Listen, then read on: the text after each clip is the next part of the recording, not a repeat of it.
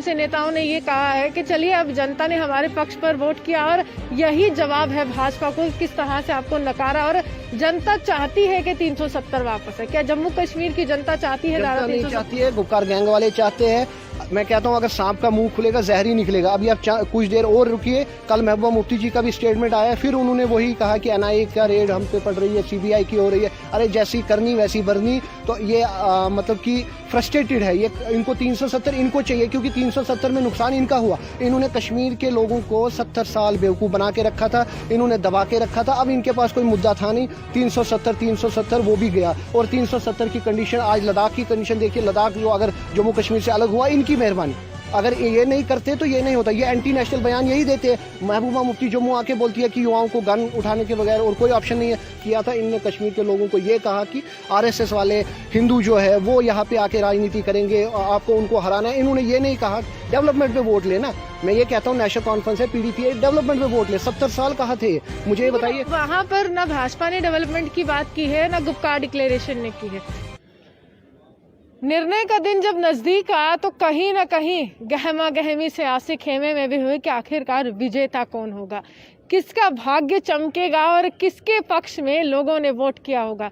चुनाव तो डीडीसी के थे, लेकिन कहीं ना कहीं राह जो है वो विधानसभा चुनाव की ओर भी जाती है।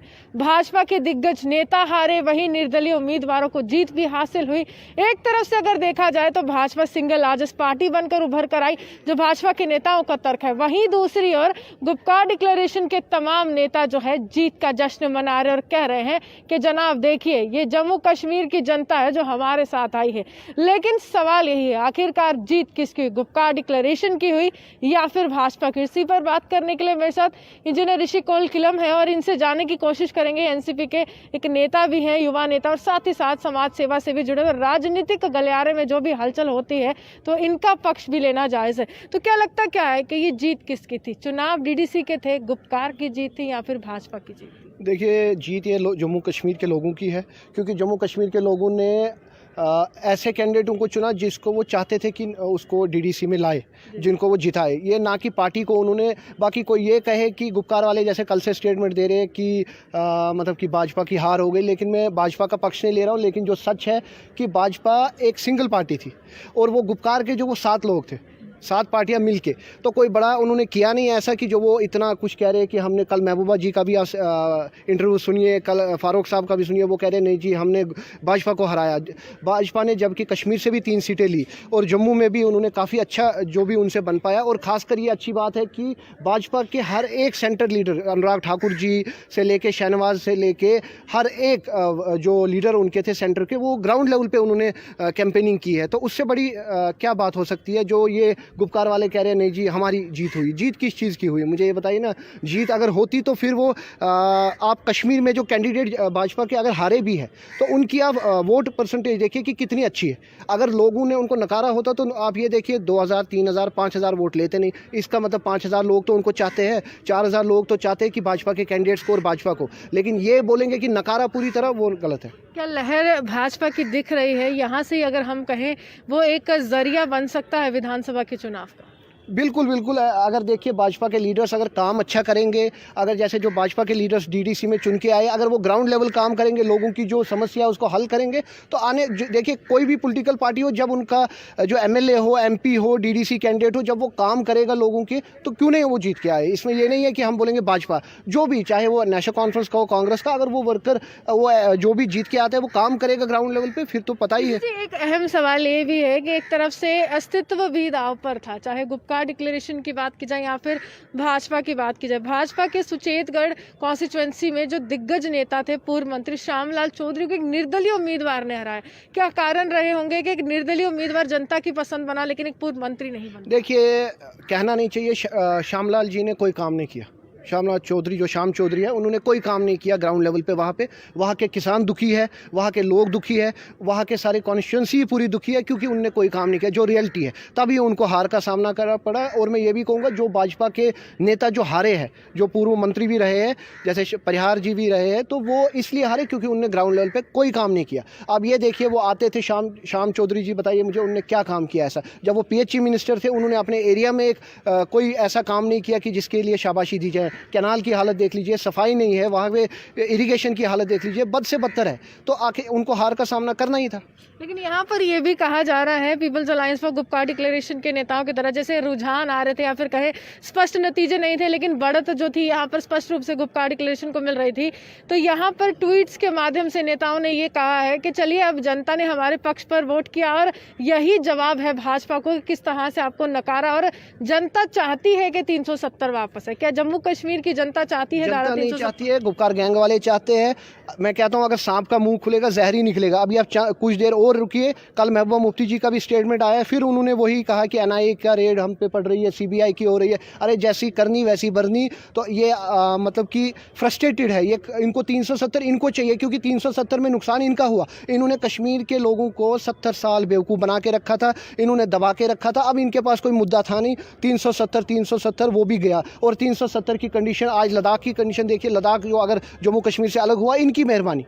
अगर ये नहीं करते तो ये नहीं होता। ये एंटी नेशनल बयान यही देते हैं। महबूबा मुफ्ती जम्मू आके बोलती है कि युवाओं को गन उठाने के बगैर और कोई ऑप्शन नहीं है। फारूक साहब कल स्टेटमेंट दे रहे, नहीं जी बीजेपी की हार हो गई, वो हुआ, ये हुआ। उमर साहब अलग से दे रहे। आखिरकार गुपकार गैंग का देखिए, गैंग हम इसलिए नहीं बोल रहे थे कि उनको इलेक्शन में हराना है, गैंग इसलिए क्योंकि वो एंटी नेशनल देश विरोधी बयान देते हैं, एंटी नेशनल एक्टिविटीज़ करते हैं, इसके लिए हम। लेकिन अगर इतने ही वो राष्ट्र विरोधी हैं तो वोट उनके खेमे में क्यों आए? ये अहम सवाल है। ये कहीं ना कहीं एक चर्चा का विषय भी बन रहा है कि अगर राष्ट्र विरोधी रहते हैं तो वोटों का जो रुझान था उनके पक्ष में। दो चीज़ें हैं, एक तो उन्होंने जो वोट जो पड़े हैं वो कैंडिडेट को मिले, ना कि नेशनल कॉन्फ्रेंस और ना कि पीडीपी को, वो कैंडिडेट को। और लोगों के पास, वहाँ के लोगों के पास ऑप्शन नहीं थी, क्योंकि 7 पार्टियाँ एक थी, कांग्रेस भी, एनसीपी, पीडीपी भी, अपनी पार्टी भी, मतलब जितनी भी पार्टीज थी बाकी सारी गैंग में हसन मीर साहब की सीपीआईएम थी। तो उसमें ऐसा था कि लोगों के पास ऑप्शन नहीं था। बीजेपी को उन्होंने वहाँ लोगों को एक ब्रेन वॉश किया कि नहीं जी ये हिंदू वर्सेस मुस्लिम, उन्होंने वहाँ एक नया ट्रेंड किया था कि ये जी आरएसएस के है, ये हमें लोगों को उन्होंने गुमराह किया फिर से। तो धर्म की राजनीति, इसीलिए लोगों को गुमराह किया कि नहीं जी ये हिंदू आरएसएस वाले यहाँ आके राज करेंगे, उनके कैंडिडेट को हराना है। बाकी खुद ग्राउंड लेवल पे आप देखिए, आने वाले एमएलए में देख लीजिए कैसे हार होगी इनकी, वो आपको खुद आपके सामने होगा। लोगों ने मजबूरी में वोट किया क्योंकि लोगों के पास ऑप्शन नहीं था। 7 पार्टियां थी। अब बैलेट बॉक्स में आप देखिए उनके पास ऑप्शन क्या थी, लिस्ट पे आप देख लीजिए, एक बीजेपी। लेकिन अहम सवाल ये है ऋषि जी कि जब रुझान उनके पक्ष में नहीं थे, या फिर मैं कहूँ निर्णय का दिन नहीं था, एक दिन पहले महबूबा मुफ्ती ने ये कहा कि यहाँ पर मैनिपुलेट कर सकते हैं तमाम रिजल्ट्स को। ये कहा गया, ये आरोप था भाजपा पर के ब्यूरोक्रेट्स का सहारा ले सकते हैं, एडमिनिस्ट्रेशन का सहारा ले सकते हैं और मैनिपुलेट कर सकते हैं। लेकिन जब अगले दिन रुझान उनके पक्ष में आते हैं तो करारा जवाब देते हैं कि भाजपा को अपनी असलियत देख लेनी चाहिए। महबूबा मुफ्ती जी पहले अपनी असलियत देखे कि उनके पीडीपी पार्टी के जो लीडर्स है वो उनको छोड़ के क्यों जा रहे हैं। वो ये भी तो बताए ना क्यों उनको छोड़ के। उनके जो अपनी पार्टी के जो अपनी पार्टी बनी है उसके जो सारे मिनिस्टर्स थे वो तो सारे पीडीपी के थे, वो क्यों छोड़ के गए, उनका साथ क्यों छोड़ा? जब उनको पता है कि महबूबा मुफ्ती सिर्फ एंटी नेशनल बयान ही दे सकती है और धर्म पे राजनीति करते हैं, लोगों को लड़वाते हैं आपस में, और वो क्या कर सकते हैं? ये भी एक अहम सवाल है कि अगर 7 पार्टियां एक साथ लड़ रही थी गुपकार डिक्लेरेशन में, लेकिन सबसे ज्यादा वोटों की जो संख्या है वो नेशनल कॉन्फ्रेंस के खेमे में है, इसका क्या कारण रहा?